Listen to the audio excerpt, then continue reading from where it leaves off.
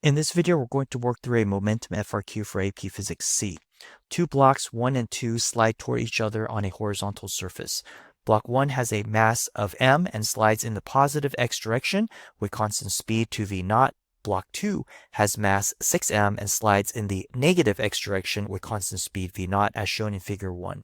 The blocks then collide and stick together. The collision occurs from time t equals 0 to t equals tc. After the collision, where t is greater than tc, the blocks move together with the same constant speed. Part A. The diagrams in figure 2 can be used to represent the momentum of blocks 1 and 2 before and after the collision. The momentum vector diagram for block 1 before the collision is shown. Draw arrows on the grids to represent the momentum vectors of block 2 before the collision and the two block system before and after the collision. Arrows should start at the zero momentum line. The length of the arrow should be proportional to the relative magnitudes of the vectors. Represent an arrow of zero length by drawing a dot at 0. The equation for momentum is mass times velocity. Block 1 has a mass of m and a velocity of 2v0 in the positive direction. So the momentum of block 1 before the collision is 2m v0. For block 2, which has a mass of 6m and a velocity of v0 to the left before the collision, so it has a negative velocity, it has a momentum of negative 6m v0 before the collision. To find the two-block system, we just take the sum of these two vector quantities because momentum is a vector, and we get negative 4m v0. Because there's no external net force on our system, there's no impulse acting on our system, so the momentum after collision will be the same. Momentum is conserved, so the arrow will also be to the left with the same magnitude. Notice the scaling here, that each block is representing 1 mv0 of momentum, and so block 2 should have 6 blocks of length of the arrow, and then since the two-block system is 4 mv0 as far as its magnitude is concerned, so the arrow is going to go to the left 4 boxes to the left. Part 2i. During the time interval 0 is less than or equal to t, which is less than or equal to tc, a force F is exerted on block 2 by block 1 along the x direction as a function of t that is modeled by F is equal to the F max times sine of AT, where A is a positive constant and F max is the magnitude of the maximum force exerted on the block 2 by block 1 during the collision. Derive an expression for F max. Express your answer in terms of m v0 A, Tc, and physical constants as appropriate. Begin your derivation by writing a fundamental physics principle or an equation from the reference information. For this problem, we're going to start with the impulse momentum theorem, which states that the impulse is equal to the change in momentum. We're going to start by working on the right-hand side of the equation here first. And the change in momentum for a constant mass is mass times the change in velocity. We need to first find out what is the final velocity, or at least have an equation for that first. And we know that before the collision, the total momentum is negative 4mv0, which we just showed previously. And after the collision, they're going to be moving together. So the total mass of the system is 7m, and they're moving with a velocity of vf.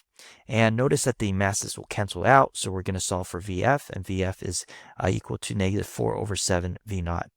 We're going to take this and plug this into vf over here.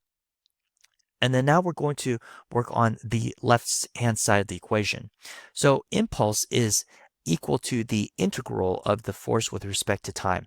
And we're going to integrate from 0 to tc, the equation that was given, which is F max times sine of AT with respect to t. If we integrate this equation, and we can use substitution to do that, we end up with negative F max divided by A times cosine of AT. We're going to evaluate this from 0 to tc, and if we do that, we end up with negative F max over A times cosine of AT minus 1. Now on the right-hand side, we're going to combine these terms. V0 is the same thing as 7v0 over 7. The negatives gets canceled out, and if we have a positive 7, negative 4, they have a common denominator, so 7 minus 4, we get 3, so 3v0 over 7. 6 times 3 is 18, so we end up with 18 mv0 over 7. Now this negative negative here, we can distribute that within the parentheses here, and we end up with F max over A times 1 minus cosine of AT is equal to, and on the top we have 18 mv naught over 7. If I multiply A on both sides and divide 1 minus cosine of AT on both sides, we get that F max is equal to 18 mv naught times A divided by 7 times 1 minus cosine of AT. Part B. Consider a new scenario where block 1 initially slides to the positive x direction with a new constant speed v1, and block 2 again initially slides in the negative x direction with a constant speed of v0. The blocks collide and stick together. In this new scenario, the two-block system has constant speed v0 after the collision. Derive an expression for v1 in terms of v0. Begin your derivation by writing a fundamental physics principle or an equation from the reference information. Here's a sketch of the problem. So block 1 has a mass of m going to the right with a speed of v1. Block 2 has a mass of 6m going to the left with a speed of v0. And then afterwards they collide. After they collide, they stick together. They're going to the right with a speed of v0. We're going to start with the conservation of momentum. So that's the physics principle that we're going to start off with. On the left-hand side, the block 1's momentum is mv1 minus, and block 2 has a momentum of 6m v0. It's minus negative because it's going in the negative direction. We'll set that equal to the its momentum of the two-block system momentum going to the right because it has a total mass of 7m. It's going together, so it has a speed of v0. So the total momentum is 7m v0.